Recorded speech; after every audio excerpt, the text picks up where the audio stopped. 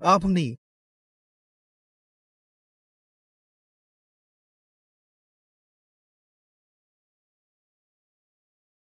নমস্কার। আমার নাম ডা পুরুধাওন এবং আজ এই ভিডিওতে আমরা কিডনি ফেলিউরের লক্ষণ এবং কারণ সম্পর্কে কথা বলতে যাচ্ছি। অর্থাৎ যখন একটি কিডনি খারাপ হতে শুরু করে তখন শরীরে কি কি পরিবর্তন দেখা যায় এবং একজন ব্যক্তি জানতে পারেন কিডনিতে কোনো সমস্যা হচ্ছে কিনা এবং এর পেছনের কারণ কি।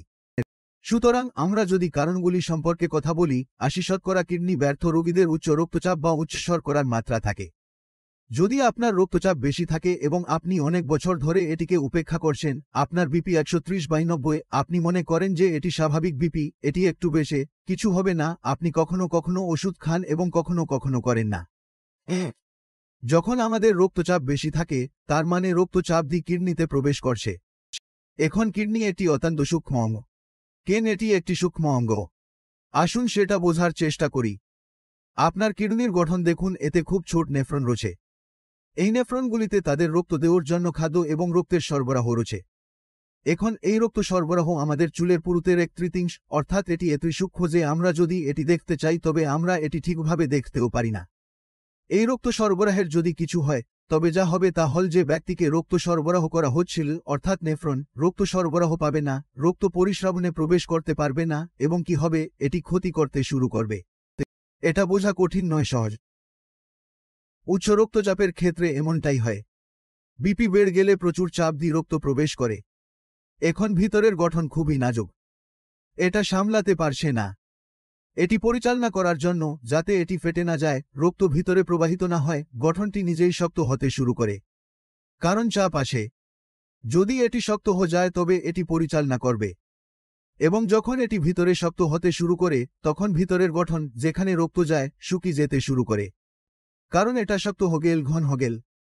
যখন তা পুরু হল তখন তার দেল পুরু হগেল এবং ভিতরের পথ শুকিয়ে গেল। এখন এটি এত পাতলা, এত শুকনো হয়ে গেছে যে সেখান থেকে রক্ত যেতে পারে না, কারণ এটি আগে থেকেই খুব সূক্ষ্ম ছিল। এর ফল কি? কিডনিতে রক্ত সরবরাহের অভাবে কিডনির আকার ছোট হতে শুরু করে, কিডনি শুকিয়ে যেতে শুরু করে। তাই যদি আপনি একটি আল্ট্রাসাউন্ড করান এবং আপনার কিডনি বিপি দ্বারা প্রভাবিত হয়, আপনার রিপোর্টে কিডনির আকার ছোট হতে দেখা যায়। আর কি দেখা যায়? দেখা যায় যে ইকোজিনিটি বেশে। আপনি দেখতে পাবেন যে সিএমডি হারিয়ে গেছে এবং ইকোজিনিটি বেশে। তাই আমরা আল্ট্রাসাউন্ড থেকে জানতে পারি কিডনি বিপিতে আক্রান্ত হচ্ছে কিনা। ঠিক আছে, এবার আসা যাক ডায়াবেটিসে। ডায়াবেটিসও কিডনি ফেলিউরের একটি খুব বড় কারণ। আর ডায়াবেটিস এমন একটি রোগ যা আমরা অন্য ঘরে সহজেই দেখতে পাই। যখন কারো ডায়াবেটিস হয় আমরাও একই জিনিস দেখি যে নেফ্রনগুলিতে রক্ত সরবরাহ ব্যাহত হতে শুরু করে। কিন্তু এখানে কারণ কি? এখানে কারণ ডায়াবেটিস। আর যখন কারো ডায়াবেটিস হয় তখন একই সাথে তার অনেক অঙ্গে এর প্রভাব পড়তে শুরু করে। তার চোখে সমস্যা শুরু হয়, দেখতে সমস্যা হয়, নিস্তেজতা ঘটতে শুরু করে, পা শুষ্কতা আসে, আর কিডনির মাত্রাও বাড়তে থাকে।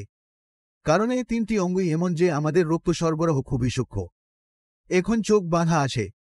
যদি চোখ বাঁধার রক্ত সরবরাহ পুরো হয় তাহলে আপনি দেখতে পারবেন না। একইভাবে আমাদের নার্সরা যারা আমাদের ঠান্ডা এবং গরম অনুভব করে তাদের রক্ত সরবরাহ খুব সূক্ষ্ম এবং একটি কিডনির মতো। তাই ডায়াবেটিস বেড়ে গেলে দেখো চোখও দুর্বল হয়ে যাচ্ছে, পাও দুর্বল হয়ে পড়ছে, আর কিডনিও খারাপ হয়ে যাচ্ছে। তাহলে আমরা প্রথমে কি চাই?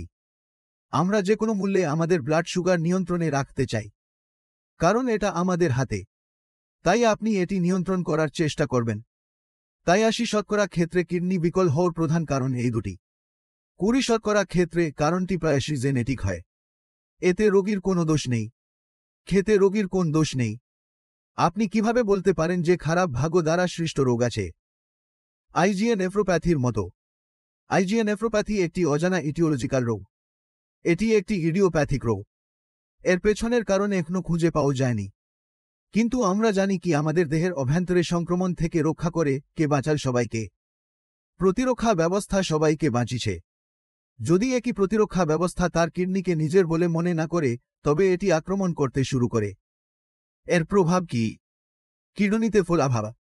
আর ফোলাভাবের সাথে সাথে কিডনি তাদের কাজ করার ক্ষমতা হারাতে শুরু করে, আর কিডনির মাত্রা বাড়তে থাকে। তাই এটি এগা নেফ্রোপ্যাথি। ২০% এর মধ্যে দ্বিতীয় প্রধান রোগ হল পলিসিস্টিক কিডনি রোগ, যা সম্পূর্ণ জেনেটিক। এই রোগ দুই ধরনের হয়, হয় এটি আপনার পরিবারে বা আপনার পিতামাতার মধ্যে দেখা যেতে পারে। দ্বিতীয় ক্ষেত্রে বাবা মা স্বাভাবিক ছিলেন, তবে এটি আপনার মধ্যে দেখা যায়। এটি অটোসোমাল প্রভাবশালী পলিসিস্টিক কিডনি রোগ। দ্বিতীয়টি হল অটোসোমাল রিসেসিভ কিডনি রোগ। মন্দায় কি হয়? বাবা মার কাছে নেই, শুধু তোমারই আছে। এটাই কিডনি বিকল হওয়ার কারণ। জরা নেফ্রাইটিসের মতো আরও অনেক কারণ রয়েছে। আরেকটি কারণ হল ওষুধ খাওয়ার কারণে কিডনি ফেলিউর। আমরা একে একই শর্ত বলি। আরও অনেক কারণ আছে, তবে প্রধান হল বিপি এবং সুগার। এসবই কারণ। এখন লক্ষণ সম্পর্কে কথা বলা যাক। যদি আপনার কিডনি কোনো কারণে ব্যর্থ হয়, তবে লক্ষণগুলি একই। আসুন বোঝার চেষ্টা করি কেন এটি ঘটে। কিডনি বিকল হতে শুরু করলে শরীর কেটামিন ও ইউরি তৈরি করে। সাধারণ মানুষের ক্ষেত্রে কেটামিন এবং ইউরি প্রস্রাবের মাধ্যমে নির্গত হয়। কিন্তু যখন আপনার কিডনি ব্যর্থ হয়, তখন কেটামিন এবং ইউরি নির্গত হয় না। এখন শরীরে অ্যাসিড হচ্ছে। এখন একটা কেমিক্যাল আছে। এই রাসায়নিক যেখানেই যাবে উপসর্গ তৈরি করবে। আপনার ডিম্বাণু যত বেশি সংবেদনশীল, এটি উপসর্গ তৈরি করবে। তাই যে কোনো কিডনি ফেলিউর রোগীর ক্ষেত্রে, দুটি কিডনি ফেলিউর রোগীর ক্ষেত্রে লক্ষণগুলো সাধারণ নয়। উপসর্গ সামান্য ভিন্ন। লক্ষণগুলি একই, তবে কিছু রোগীর লক্ষণগুলি আলাদা। তাই প্রথম উপসর্গ কি? প্রথম লক্ষণ হল প্রস্রাবে প্রোটিন কমে যাও। এটি সব কিডনিতে সাধারণ। প্রস্রাব করার সময় প্রস্রাবে প্রচুর ফেনা হয়। ফেনা তৈরি হয় কারণ প্রোটিন প্রস্রাবে যাচ্ছে। এটি প্রথম লক্ষণ। ঠিক আছে, কিছু ভুল হচ্ছে। কার সাথে? কিডনিটি। কি করা প্রয়োজন? আপনার নিজের যত্ন নেওয়া দরকার। আপনি যে ভুলগুলো করছেন সেগুলো বন্ধ করতে হবে। তাই এই প্রথম লক্ষণ আমরা দেখতে। এখন যখন কেটামিন শরীরে জমতে শুরু করে, তখনই এর লক্ষণ আসতে শুরু করে। এটি একটি ভিন্ন স্তরে সবার কাছে আসে। যখন কারো কেটামাইন লেভেল 3 থাকবে, সেটাও আসবে। কারো লেভেল 10 হলেও আমরা সেই লক্ষণ দেখতে পাই না। তাহলে কেটামিন কি? এটি পেশি টিস্যুতে পাওয়া যায়। এবং কেটামিন কি? কেটামিন শরীরে দুর্বলতা সৃষ্টি করে, এবং এই দুর্বলতা এমন যে আপনি যা খুশি করতে পারেন। আপনি যে ওষুধই খান না কেন, তাতে আপনি বিশ্রাম পাবেন না। এই নির্ভরতা ক্রমাগত বাড়ছে। কেটামিনের চেয়ে বেশি কিছু তৈরি করে না। পেশি টিস্যুতে অ্যাথার এবং ক্লান্তি তৈরি করে। ঠিক আছে, কিন্তু কেটামিনকে আমরা কতটা ভয় পাই? যদি কেটামাইন বাড়তে থাকে, তবে এটি উচ্চ হয়ে এটি উচ্চ হয়েছে না। কেটামিন আর কোন সমস্যা সৃষ্টি করে না। কেটামিনের সবচেয়ে বড় লক্ষণ হল ইউরি। যখন আপনার শরীরে ইউরি জমতে শুরু করে, তখন ইউরি আপনার শরীরে সঞ্চালিত হয়। এবং যখন এটি সঞ্চালিত হয়, এটি আপনার মস্তিষ্কে যায়। এটি মস্তিষ্কে কি উৎপাদন করে? এটি বমি বমি ভাব তৈরি করে। সামনে খাবার আসবে। আমি খেতে চাই না। আমার বমি লাগছে। পানি পান করলেও বমি করে ছিটকে যায়। অথবা পানি পান করার পর আমার বমি হওয়ার মতো অনুভূতি হয়। তাহলে এর মধ্যে যা হয়, আপনি প্রথমে কম খাবার খাচ্ছিলেন। তারপর ইউরির কারণে আপনার খাবার একেবারেই বন্ধ হয়ে গেল। রোগী ক্রমাগত দুর্বল থেকে দুর্বল হতে থাকে। সুতরাং কারা এই সমস্যার কারণ? আপনার ইউরি। এখন যখন ইউরি আপনার মস্তিষ্কে প্রবেশ করে, তখন এটি অন্যান্য উপসর্গ সৃষ্টি করে। আপনি হয় প্রচুর ঘুমান, আপনি একটানা ঘুমান, অথবা আপনি একেবারেই ঘুমাবেন না। এখন আপনি কতটা ঘুমান বা কত কম ঘুমান তা নির্ভর করে আপনার শরীর কেমন, আপনার শরীর কতটা শক্তিশালী, শরীরে ওই নির্দিষ্ট ইউরির প্রতিক্রিয়া কি। এছাড়া আমাদের আর কি উপসর্গ আছে? এদাই সুখ।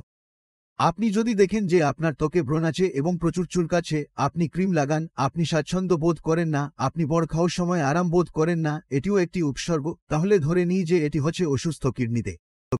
কেন এমন হল? কারণ শরীরে যখন বর্জ্য পদার্থ জমতে থাকে, তখন আপনার ত্বকের রক্ত সরবরাহ নোংরা হয়ে যায়। আর যখন নোংরা হয়ে যাচ্ছে, ত্বকে কিছু না কিছু করবে, তখনই চুলকানি শুরু হয়।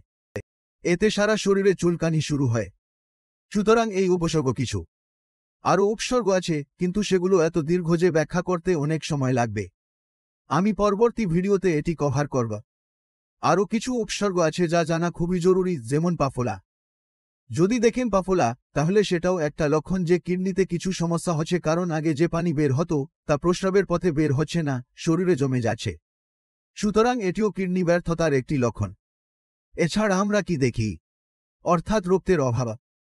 আপনি যদি দেখেন আপনার রক্ত সবসময় কম থাকে, আপনি যত খুশি ভালো খাবার খান, যত খুশি ডালিম খান, যত খুশি বিটরুট খান, যত খুশি ট্যাবলেট খান, তাতে বাড়ে না। এই ধরনের ক্ষেত্রে কিডনি ব্যর্থতার কারণ কম রক্ত সরবরাহ।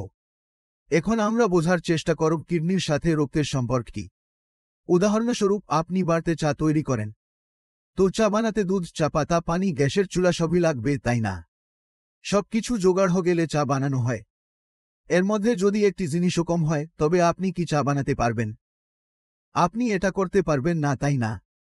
একইভাবে শরীরে রক্ত তৈরির জন্য অনেক কিছু সংগ্রহ করতে হয়, যার মধ্যে প্রোটিন, আয়রন, ফলিক অ্যাসিড, বিটবাল্ক আছে বলে আমরা জানি, তাই না? এর সাথে আরও একটি জিনিস প্রয়োজন, যাকে আমরা এরিথ্রোপোটিন বলি।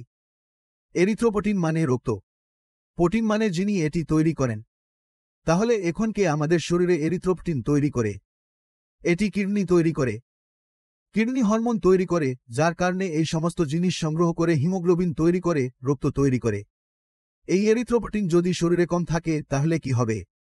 রক্ত বেশি হবে, কম হবে? কম তৈরি হবে। আর কিডনি ফেলিউর রোগীদের ক্ষেত্রে এমনটাই হয়। যখনই কিডনিতে বিপি, সুগারের সমস্যা শুরু হয়, তখন কিডনিও নিজের এই কাজ কমিয়ে দেয়, যার কারণে এরিথ্রোপোটিন নামক হরমোন কম হয়ে যায়। ফলাফলটি কি? যে আমরা রক্তের হ্রাস দেখতে পাই। এখন যদি আপনার শরীরে রক্তের অভাব হয়, তবে রক্তের অভাবের কারণে লক্ষণগুলি আসতে শুরু করে, যেমন ক্লান্তি, শ্বাসকষ্ট, অতিরিক্ত ঘুম, দুশ্চিন্তা ইত্যাদি। আপনি কিডনি ফেলিউরের রোগী হলে এই লক্ষণগুলো বুঝতে হবে। যদি আপনার শরীরে কোন উপসর্গ দেখা দেয়, আপনি জানেন কি করতে হবে। শ্বাসকষ্ট, দুশ্চিন্তা ইত্যাদি থাকলে, তাহলে বুঝবেন আপনার রক্তচাপ কম। সুতরাং আপনার রক্তচাপ বাড়তে হবে। আপনার রক্তচাপ পরীক্ষা করুন এবং আপনার ওষুধ সেখানে রাখুন। খাবার খেতে ভালো না লাগলে মানে ইউরি বাড়ছে, তাই হালকা খাবার খেতে হবে। আর আপনার ক্ষুধা বাড়তে প্রয়োজনীয় চিকিৎসা নিতে হবে। একইভাবে আপনার যদি রাতে অ্যাথেনা থাকে, তবে আপনি জানেন যে এটি ক্রিটিনিনের কারণে হয় এবং আপনি এটি কাজ করতে হবে। তাই কিডনি ফেলিউর রোগীদের লক্ষণগুলো সম্পর্কে জানা উচিত।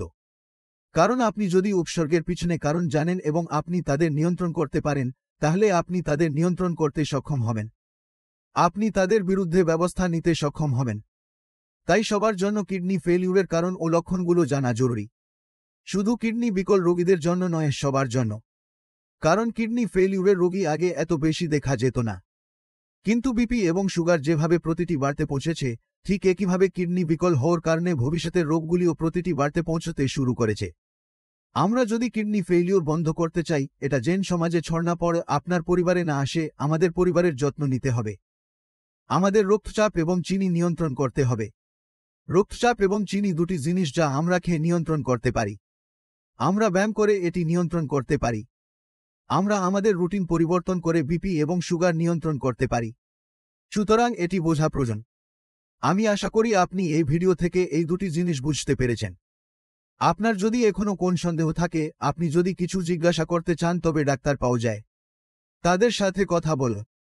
তারা আপনাকে এই রোগের বিরুদ্ধে লড়াই করতে সাহায্য করবে। এই সঙ্গে আমি আজ যেতে চাই। পরের ভিডিওতে দেখা হবে। ততক্ষণ নমস্তে।